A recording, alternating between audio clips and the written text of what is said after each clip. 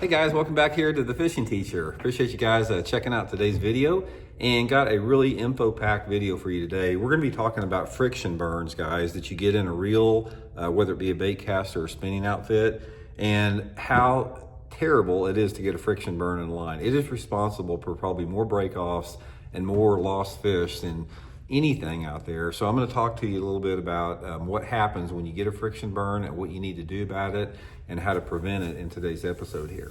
Also, guys, real quick, just wanted to remind you, the tackle warehouses, they've only got like 4 or 5 days left on that big 12 days of Christmas sale. And man, if you guys are wanting to get a good gift, or if you need a reel or something and want to take advantage of it, guys, try this Lews Custom Pro baitcast reel right here. You guys have heard me talking about this thing. I can't tell you how much I love this thing, man. It's a really good price reel, 11 ball bearings. It's got super smooth, drag, super smooth, buttery release on it. I've never backlashed it yet. I fished with it for 2 months and I've never had one single backlash in it. So I'll put this Lews Custom Pro baitcast reel link in the description of the video if you guys would like to take advantage of that sale. And also, guys, real quick, a lot of people don't know, but we do have channel memberships here to The Fishing Teacher. If you guys would like to go beyond just subscribing to the channel, that's a good way to support it and get some extra perks there. So all you have to do is hit that join button when you go to my homepage and you can get all the info to get set up with that. So really appreciate it. Okay, guys, friction burns in line. Now, this is what happens right here when you get a bird's nest or something like this, typical bird's nest. And it's even more prevalent with fluorocarbon. This is something that it happens with braided line and with monofilament both, but the friction burn that you get with fluorocarbon is about twice as bad as the friction burn you get from mono or braided line. It applies to all of it. It's like that you can apply what I'm going to get ready to tell you here with all different types of line, but primarily if you do use fluorocarbon line, you have to be aware about this. Now, here's what happens when you have a bird's nest like this, and a lot of times this is what causes a friction burn. It's like, say for example, you have a little loop in your line. It could be on a spinning outfit or a bait caster, but it's more prevalent on a bait caster. You make that cast out there and you hear something. You hear something like the line's coming over another piece of a line, and that's because you're casting over a loop in your line. And a lot of times you'll get a little fluff or a backlash in there.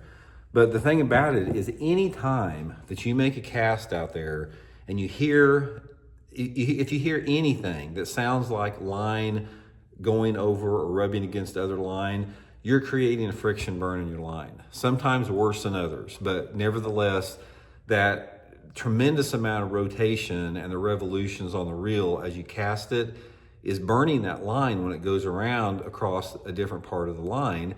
And when you get a friction burn, it weakens it worse than a fray. It's like you can take your line and you can like rub it against a rock or something, and you can feel it rough. Like you say, there's a fray, man, I need to retie. But a friction burn, you can't notice it. It's like you don't really notice a fray in there. You may notice a little kink once in a while, but it's still smooth. And a friction burn will damage and weaken your line worse than a fray does.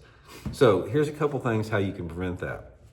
First of all, try to pay attention. I know it's hard to do. Before you make a cast, just take a split second to glance down at your spinning outfit or your bait caster and just see if there's any loose line or see if there's any loop in your line. That's what creates it. And if you have a loop in your line or you got some loose line, just take some time and just peel it out and tighten it up. And that's going to prevent that most all the time. That is what creates it every time. It's like that's the number one thing about it. And most people get a friction burn simply because they're just not aware of a loop in their line. I do the same thing. It happens to me all the time. I get friction burns all the time in my line. It's just part of the natural process. Not as much since I went to that Custom Pro, but before, or the other reels I was using. So here's what you have to do. You cannot, if you get a true friction burn where you can feel it. You can just feel it on the cast, like your cast length has been reduced by 50 to 75%. At that point, when you get a friction burn, guys, you have got to re-spool, or you have got to take out the line that's up to the point where the burn's at. So a lot of times this can be deep in the spool or it can be at the top on the spool, depending upon where the loop's at. But you have got to take off that part of the line off of your reel that has got burned, and you got to get down to the fresh, undamaged part of it. Now, many times when this happens, you don't have enough line on your reel to cast, so you have to re-spool. Now, if you're just fishing for fun and you're just out there goofing around, not a big deal. But if you're not wanting to lose one, or you're in a tournament or something like that, guys, you better carry an extra spool of line in the boat with you, and you better just take a second and re-spool that reel, because it will break your line on it for sure.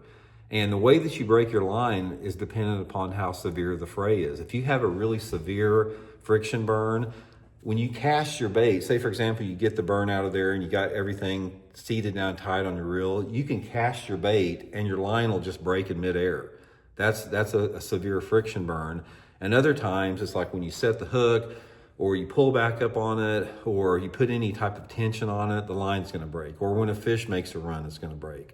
So this is something that does not get, most anglers are just not aware of it. Most anglers just focus on, okay, my line's frayed, I gotta retie, which is a good idea, don't get me wrong, but most people do not understand that a friction burn is gonna cause more damage to your line than a fray. So just a heads up, guys, I wanted a quick video to make you guys aware of that. It's caused me a lot of headache, and when I get a friction burn anymore, if I'm in a tournament, I do not use that outfit anymore. I re-spool it or put it in the rod locker and pick up a different one. So anyway, guys, hope it helps you guys. Hope it helps save you some heartache out there. We'll talk later.